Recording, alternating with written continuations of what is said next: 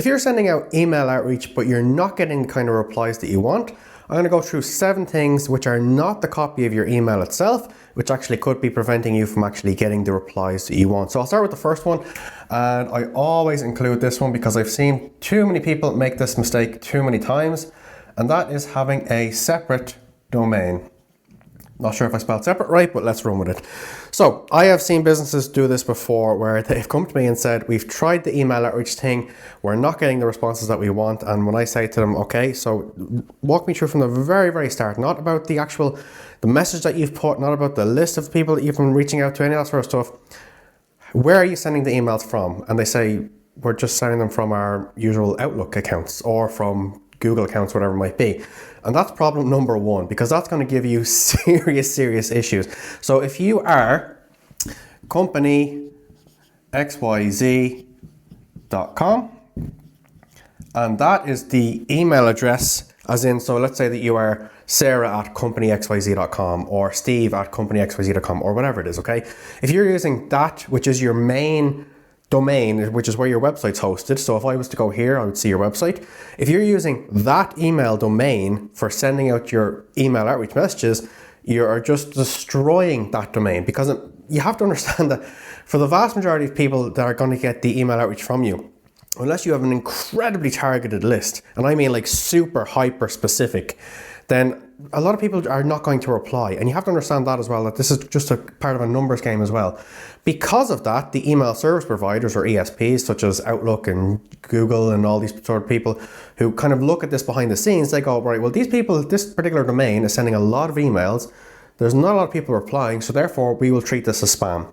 That means that anytime anybody sends an email from your organization, it's probably going to end up in spam. So let's say that you have a finance team and they're reaching out to people because invoices aren't paid and those people are still not paying the invoices. Well, it might not actually be because, not that they don't want to pay the invoice, but they never got the email, because now it's going into junk or spam or promotions folders. So the first thing you need to do is have a separate domain. So how do you do that? There's loads of different ways, and domains are super cheap to register. They're like $10 a year for most domains. So you can have, let's say, the company xyz.com. You can have, actually, let me scribble that out or remove it. You can have company-xyz.com. You can have companyxyzteam.com. You can have companyxyz-team.com. There's an endless amount of these that you can actually put down. But you have to understand as well, not only are you going to be sending from a separate domain, but you also have to make sure, and this is another kind of little tip as well, that domain, whatever the new domain is, or the new domains that you're actually going to get, should actually put that there, separate domains, because you will be using multiple. So whatever that one is, whatever the new domain is, that it redirects to your real domain. So if it was a case of you then started sending out thecompanyxyz.com, and by the way, you can think of these as like burner domains. That's probably the best way to look at them. So if somebody then gets an email from you and they go, I've never heard of these people before, let me check out their website. So they actually copy and paste this section of your website and they put it into a browser.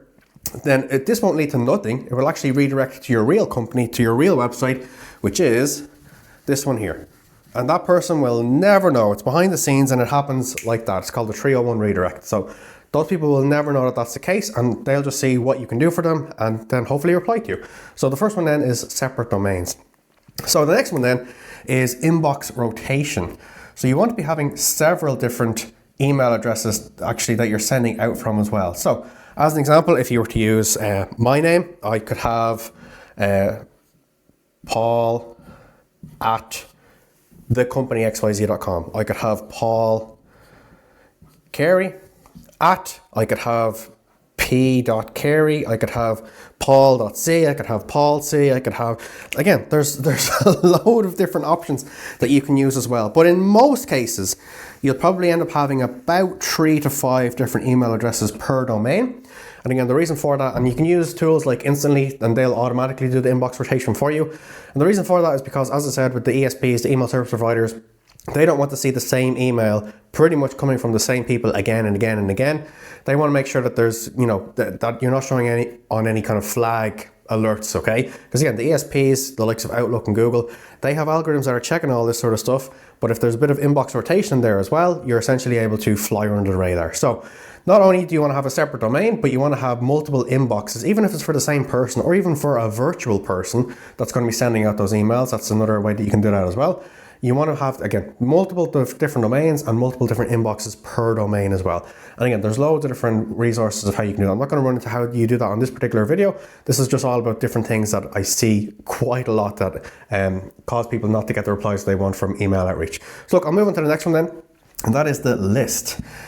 Now, we haven't even gotten to the stage where we're sending an email yet. This is all just still preparation. And just like with pretty much anything, it's a case of fail to prepare and prepare to fail. So that's why there's so much that you have to actually do in the background before you actually start sending out your email outreach. And that's the only way that you're actually going to get the replies that you want, because you need to have all of these building blocks working for you. So the list then, this is a really, really important one. I see so many companies, because look, there's so many different places where you can download massive lists of hundreds of thousands and even millions of potential clients. So you can use, like, there's loads of different organizations. If you were to just look up list of, I don't know, B2B email addresses for this particular industry, there will be lots and lots of different websites that come up that can provide that to you. So people just download a whole list and they go, yeah, grand, that'll do, and they just throw it into an email outreach tool like Instantly or Lemlist or Smartly or any of those kind of things, and they just go, right, I'll just send out loads of these and something will come back. And that's what we call a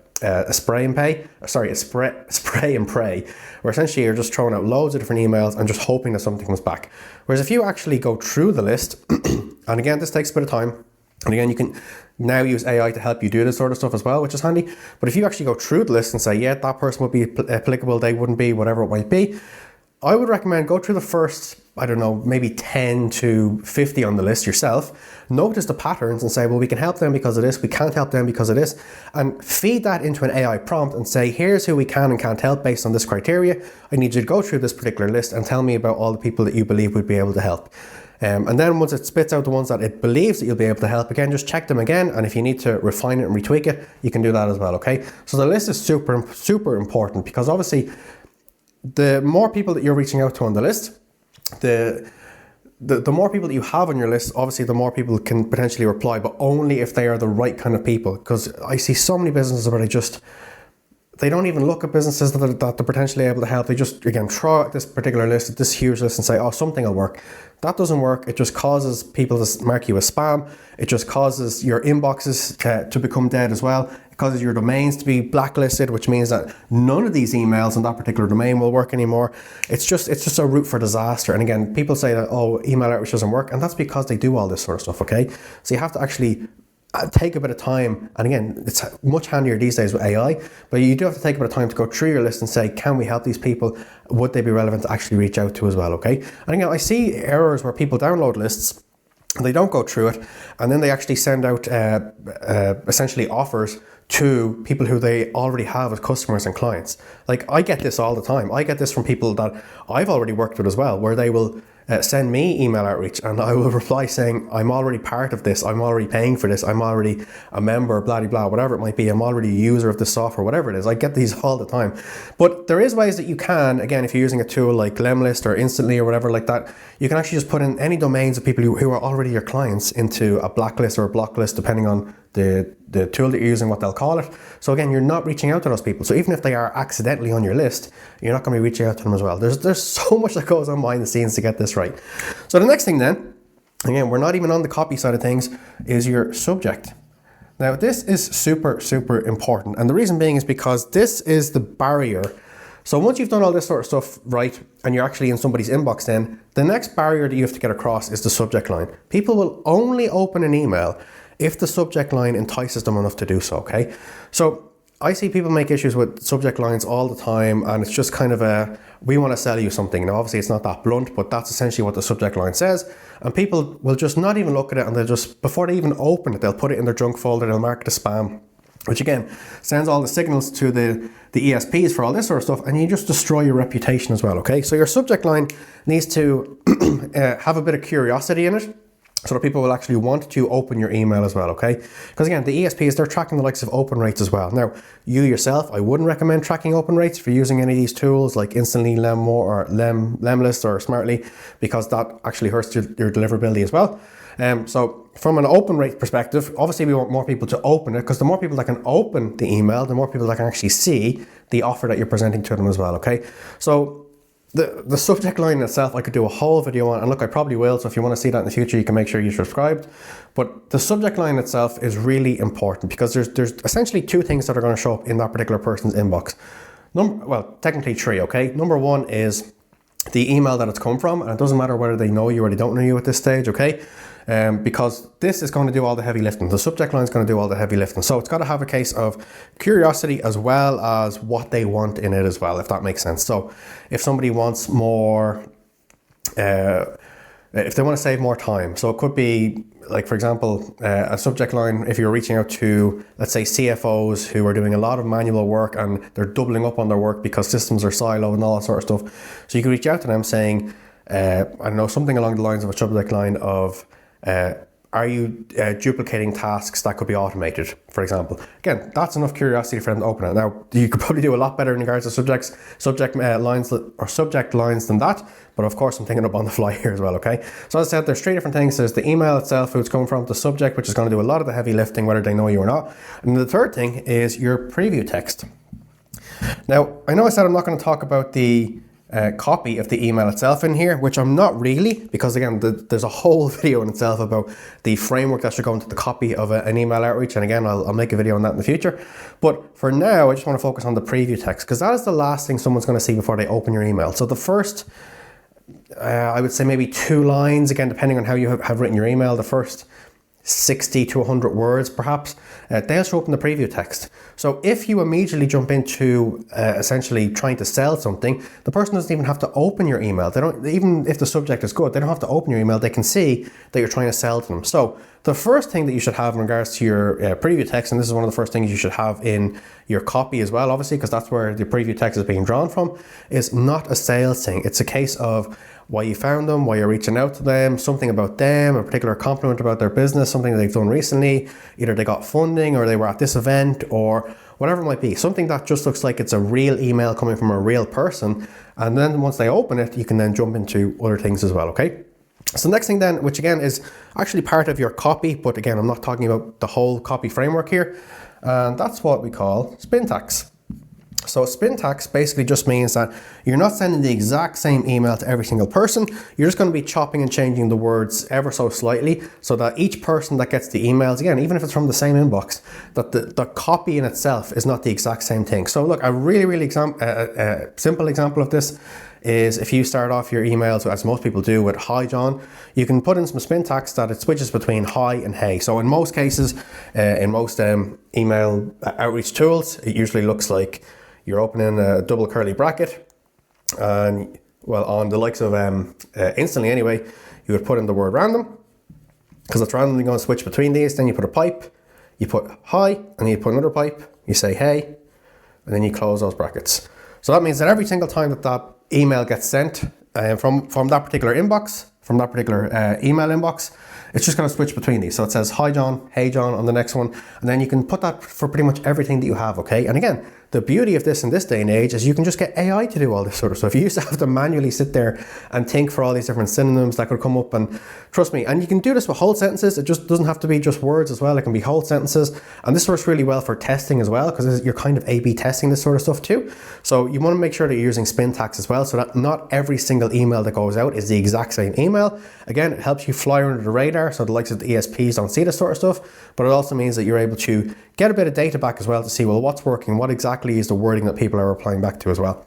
And the last thing, which I'm going to leave this for last, because so many businesses are not doing this, and they say, like, honestly, even if you had none of this sort of stuff, right, but you just did this last point here, so many businesses that are saying, oh, email outreach doesn't work. If you just did this last thing I'm going to share with you now, I can guarantee to you, you would get way more results, the kind of results that you want, okay? And that is simply just your follow-ups. Now, most people who work in sales and a lot of people that work in marketing already know that the money is in the follow-up as well. But for whatever reason, a lot of businesses just don't assume that's how email outreach work. They just assume that people on the first open of an email will go, oh wow, this is amazing. This is exactly what I'm looking for. I've been sitting here drinking my coffee all day, doing absolutely nothing but waiting for this email to come in so that I could reply to it. That is what goes on in the heads of people who want to do email outreach and think that it's going to be like this glorious overnight gift of solving everything. But realistically, you have to do your follow-up. So I would recommend in most cases to do anywhere between kind of 2 to 4 follow-ups. That didn't need to be a curly bracket there. So yeah, I would recommend anywhere between 2 and 4 follow-ups realistically. And I would space these out anything between kind of 2 and 3 days apart. You could even do 2 days, then 3 days later, and then 4 days later. And again, you can test all this sort of stuff as well, which is what makes it great. But the vast majority of the replies that you are going to send out, they will come from your follow-ups. Yes, there will be people that will reply on the first email as well, but people will reply on follow-ups. I can guarantee that to you. I have seen this so many times before that follow-ups really, really help as well. Because again, you could be following up with someone who, let's say they were away. When you first reached out to them, they were out of office. And then when they come back, they see they've caught up on emails and they perhaps didn't look at your first one properly, or they thought, oh, I'll get back to it. But because it's marked as red in their inbox, they just forget about it because they have other things on their plate. But then you follow up and it's a case of, oh yeah, sorry, I did see that email. Yeah, this sounds interesting. Let's have a conversation. That is how this actually works. So if you want to make sure that you're doing everything that you possibly can in regards to helping out your email outreach side of things, you have to make sure that you're doing all these sort of things. And again, we haven't even touched the copy side of things yet. Actually, I wasn't going to include this in this video, but one last thing that I will include just in regards to your copy, because it's the last thing, and I'm going to include this because again, I see so many people not get the replies they want because of this, and that is your call to action. Okay, now first of all, a lot of businesses aren't even including a call to action in their email. And call to action basically meaning what do you want that person to do now. And I also see a lot of people, like, you have to think, how big is your ask here? I see this a lot where people will reach out to somebody, and unless you have a super amazing, incredible offer, it's going to be very hard for your call to action to be, let's hop on a call to discuss this further, because you're asking for that person to give you 15 minutes, 30 minutes of their time when they've never heard of you before. You are essentially interrupting their day. So if your ask is, give me your time, that's a really, really difficult ask, okay? Whereas if you're offering something or saying, would you like to learn more? Or we've helped people like just like you, or just in this particular, what's a good way to say it? So for example, you could say, we helped this particular company who were very similar to you. If you want to see how all the steps that we did and what the results were, just reply with the word yes. And I personally like to use that one a lot, and trust me, it works very, very well, because if all someone has to do is just click reply and then type yes, it's not a big ask at all. Whereas if I was asking those people, would you like to hop on a call? Don't get me wrong, it does work. I've done it so many times before where people just do hop on calls from that. It does work, but the ask is just huge. The ask is really, really big. And again, the more that we go into this sort of stuff again, with so many people doing email outreach and AI doing this sort of stuff as well, and look, don't get me wrong, it is a bit of a flooded market. But again, depending on the list that you're reaching out to, and again, if you do all this sort of stuff, including the right kind of call to action, you'll get a lot more replies. And that's where you get your reply from. It's the call to action. Whereas if you didn't have a call to action, that person, they could look you up and you'd have no idea that they looked you up because you did email outreach. There's loads of different things. But if you actually have a call to action and they can only get that specific thing that you're offering if they actually reply to you, then that's how you know that this is working as well. So look, I think there's 8 different things now here. 8 different things that aren't even the copy framework of email outreach. But if you do all these sort of things, trust me, I can guarantee you will get a lot better results and the kind of results that you want from doing email outreach. And look, if you want to see how our clients in A3 are doing this and the exact system that we teach our clients for all this sort of stuff as well, you can check out the first link in the description.